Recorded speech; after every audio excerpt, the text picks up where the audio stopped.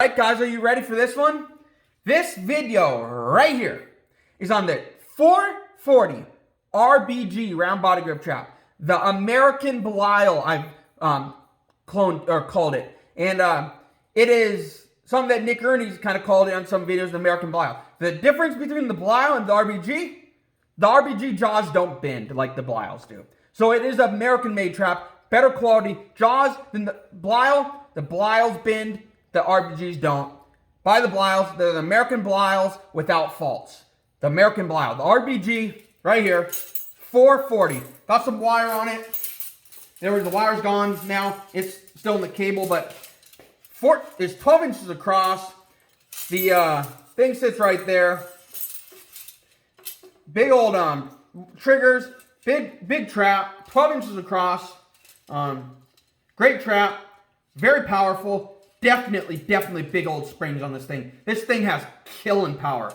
When I went to set the springs, my arms, I've been having kind of problems with my arms, tendon problems. I went to set it with the locking setters. I set the thing, but then I had to put the lock on, and my tendons, I had sharp pain shoot down my tendon. They're so dang strong, but that's not going to stop me. These have killing power. I'm buying them and I'm using them. I don't care if I hurt my arm. They're going in the water. They're getting set. These, some traps like the Savage Joe have real weak, bendable trigger wires. These things, look at that. Real stiff, real heavy duty, thick trigger wires right there. These things are not bend. You bend them, they're staying there. Unless you bend them back. There's no flimsiness to them like the Savage Joe 220s. This thing has a stiff trigger. This is the type of trigger I like. All my RBGs have a real stiff, heavy-duty wire here. They're not going to bend. They're not going to break. They're not going to bend when the ammo goes through it. They're not going to cause problems. They're stiff, heavy-duty, high quality. I cannot tell you how high quality this is. I bought 12 Savage Joe 220s. I regret buying every single one. I should have bought a dozen RBGs, and I'm going to buy a dozen RBGs, and the Savage Joe's going to sit. Not the big Savage Joe, because they have heavy-duty trigger wires like this, which are good. But this here, deadly trap. Super heavy-duty, great safeties. The thickness on that spring right there, incredible. I asked Nick Ernie, he says they're 5/16 steel, rolled steel, or spring steel right here. Heavy-duty. Then, of course, I took some wire, took 8 feet of wire, looped it through the spring, going down, 8 feet of wire. This is not wire, but this is 1/8 inch. It breaks at 1,700 pounds. It's 7x7, and I looped on the end. There's no swivels on this yet, but I'm going to buy snare swivels, 9-gauge snare swivels. Cut the end off, put a snare swivel on there, crimp it on, and then, therefore, there's going to be a swivel there. I may cut the middle out, get some of those 1,200-pound Roscoe swivels, the regular barrel swivels like for fishing that are F&T. They're number 10s. Put one in the middle or put 2 in the middle. I actually have a sponsor by Roscoe swivels and Shampoo swivels, so I can actually get them at a discount. But I might support F&T just because. I actually have a huge discount on them, but I may put a couple in this because it's going to be quick. I'll just make a loop like this, put it through swivel, crimp it down, or smash it down with the hammer. A couple of them on here, and then take the swivel in the end. That will give me 1 swivel, 2 swiveling points, 3 swiveling points, 4 swiveling points, 5 swiveling points. If I put 2 regular barrel swivels in here and a swivel in the end. And then if I put another one, that'll put me 6 and 7 swiveling points. But I don't know if I want that much kinks and twists and joints in here because I kind of like the stiffness of the wire here. If I want it even stiffer, I'll go 1x19, but they don't make an 1/8 inch. Or on FT, they don't sell it. But I kind of like the stiffness here. But I may put a bunch of joints in. This is going to be real flimsy and floppy, and it's going to turn into a big tangled mess.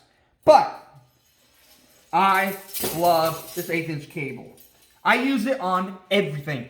From 110s to earth anchors to everything. I mean everything. When I make my earth anchors, it's on everything. My theory is this is heavy duty. It's harder to bite through, right? No animal's going to bite through this. I've had beaver lock their jaws around it. I had to pull it out, get it out of the mouth, Nothing's going to break this. I would say that when you're pulling on it, and if it's about as strong as chain, now chain's welded, obviously it's not that strong, but in theory, 1/8" cable breaks at 1,700 pounds. I think if you get the chain and you stress it enough where something happens to it, gets nicked wrong, it will break. But once again, cable and chains, steel and wire, so it's different. But I like to think in my mind that it's as strong as chain. I see no need for chain when I make my own earth anchors, but my earth anchors that I do use are full things, and I do buy them a chain. Just why not? I mean, who cares? Buy them a chain, right? They cost a little bit more, but a little more security. Worst case scenario, I put the chain on it, they end up cutting this. Well, the point is for the chain, but I still got my earth anchors, so you lose the trap. But yeah, so this is the same stuff they make drowners out of. And if you're gonna buy drowners, go 1/8". Don't go 30 seconds or whatever it is. One beam on 30 seconds, broke. So always do 1/8". This trap though, my God, it is incredible. The tolerance here, there's no wiggle room like the Dukes. There's no wiggle room like the Savageos. There's no little wiggle room in there like the Belisles. There's no wiggle room whatsoever on these joints. This joint is solid consistency. It's not wiggling around. It's not sloppy. It's put in there in a way. In fact, this flared washer is flared from pushing it and suctioning it in there. It's flared out from getting pressured together, and therefore creating a real tight connection here, but not tight enough that the jaws don't move. The jaws move just fine, as you see. They move fine. High quality trap. Definitely check this one out. I'll do another video another day with it on this 12-inch stands that I found, and I bought the last one. Sorry, but Nick Ernie rumor is he has some 12-inch stands, potentially somewhere coming down the line. Now, when that is, you're gonna have to wait and see. I can't spill the beans on the rest of what he said, but he's working on stands for big traps. For these big traps, he's working on stands. So that's all I can tell you. I know people, I just saw today, someone in the RBG group on Facebook was like, hey, when are you getting some 440 stands? Well, I found 440 stands, and I bought them all. I bought the last 7 of them because I was like, I can't let these get sold out, and then I'll never be able to have them. Then I'll never be able to put these traps where I need to. So I put them down in the middle of deep creeks, big culvert type stuff that's about 4 feet deep. I need to have tall edge stands. Little 24-inch stands, you can forget it. I'll never get them back. I'll lose them. That's why I bought them all, and yeah, I bought them all. And the thing is, why I bought them all too?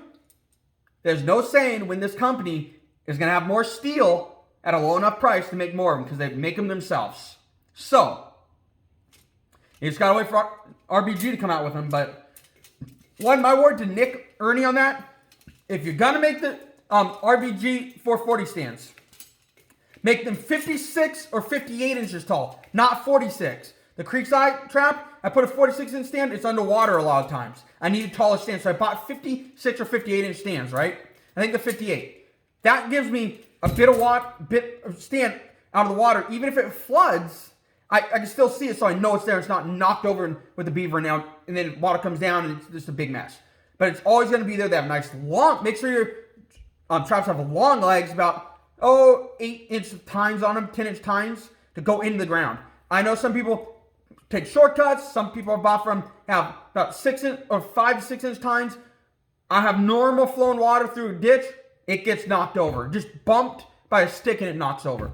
They became a pain because when I'm from a distance, I look at the stand, and if it's knocked over, I know there's a beaver in it. What I end up finding out is they all just started getting knocked over. Long tines, 58 inches tall, and don't make them where they have a loop on the end, a little hook like this. Don't make them so they have a little round spot. Make them have like a hook that sandwiched together, so we don't have to wire them. When people have to wire them, it's a pain in the butt. Make sure they have hooks like this that go out like this that can hook together. So they're out like that, and they can hook together. Make sure they have that. That's what my advice to Nick Ernie is. Definitely my advice. But this trap here, dude, American steel, American made. What more do you want? They're American made. Right now, you can Duke traps, all that stuff. I bet you a lot of them are sitting on a ship outside California.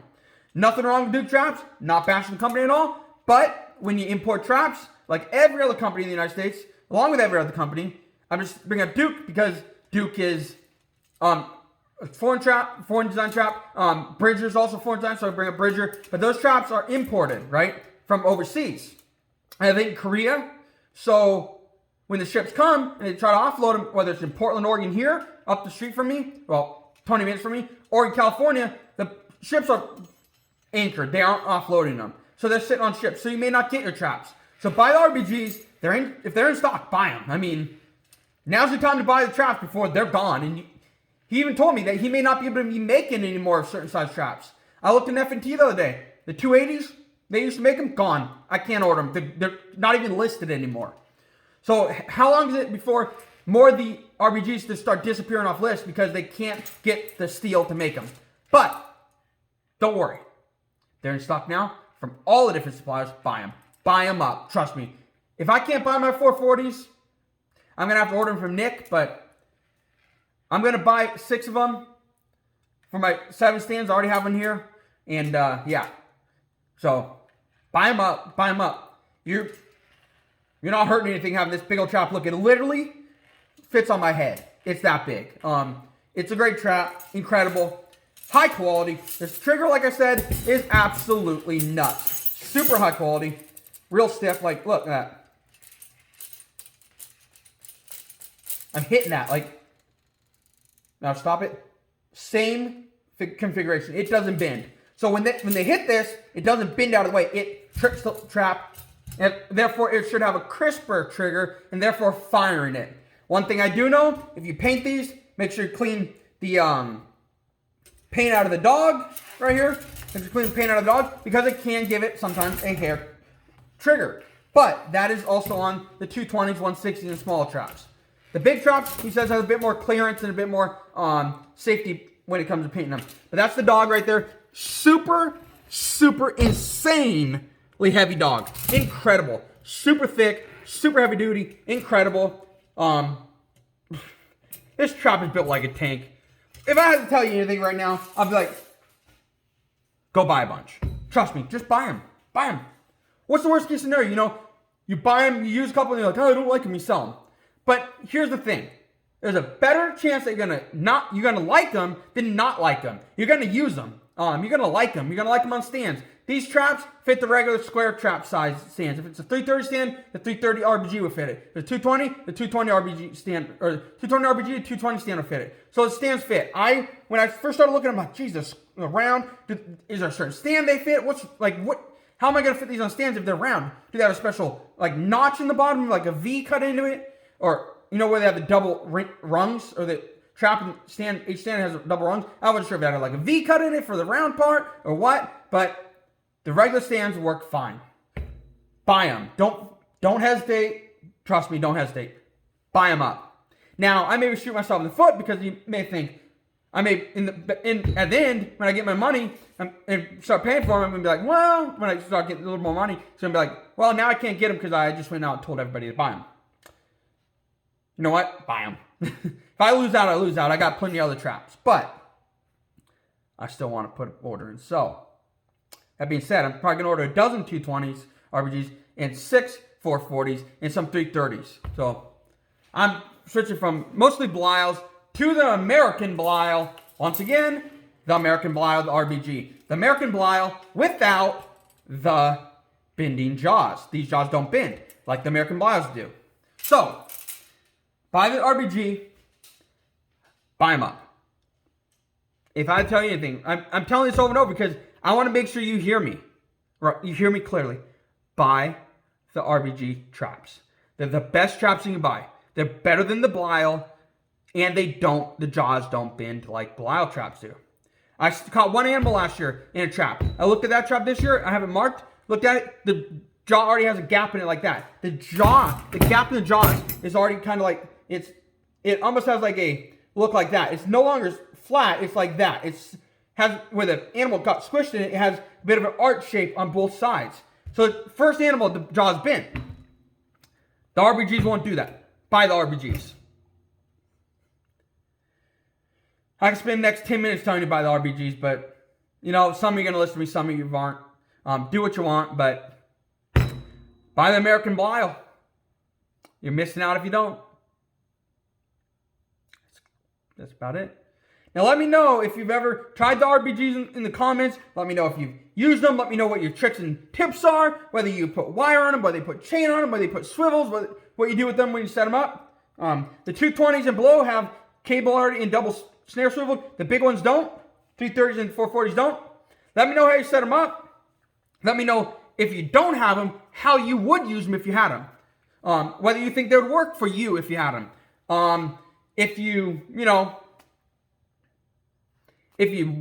don't have them, let me know how to use them. If you do have them, let me know how you use them. Whether you use them in trail sets, buckets, underwater, water's edge, in the tree like for squirrels, whether it's in the pipe in the tree, whether it's in the pipe on the ground, whether it's in a bucket, what you do with them. I want to hear it all. Just tell me. You cannot tell me too much information. You cannot tell me too much of your opinion on them. Tell me everything. If you have, I want to know everything. I mean everything. If you have an opinion on it, let me know. Good, bad, ugly, horrible, torturous, potentially will destroy the company, let me know. Potentially will make the company a trillions of dollars, let me know. I want to hear it all. Good, bad, ugly, let me know. Okay, this once again, a 440 RBG. You guys will see it on the big stand in a few days, or when I get around to it, hopefully in a few days. But that's the trap, monstrous trap, beaver killing machine. Beaver goes in this, they're dead. They ain't gonna move. If they move a little bit, it's because it's muzzle spasm. It's not because they're alive. So that being said, buy them up. Have a good one. Like I said, let me know what your thought process is on any aspect you think of RBG. Use them, haven't used them. I've already went over this. So let me know. Like, comment, subscribe. Let me know what you think. Let me know what you want to know. If you have any questions, you have any questions about catching certain animals, you have any questions about predator management, you have questions about shooting certain things, you have questions about fishing, you have questions about whatever, survival, let me know. I'm a wealth of knowledge. I like to know a little bit of everything, whether it's in my state or not, whether I ever catch the fish or species or shoot the species or not. I like to have a bit of all-around knowledge. I know stuff about the UK. I've never been there. I know stuff about UK sea fishing, UK fishing in freshwater. I know stuff about East Coast fishing, West Coast fishing, Midwest, Canada. I know about trapping in most states. Let me know what you think. Or let me know if you have questions. I'm here to help. In school, I was known as the person that wanted to help people, is willing to help. So if you have questions, I want to help you. I want to help you. Have a great day. Like, comment, subscribe. Let me know what you thought of this video. Have a good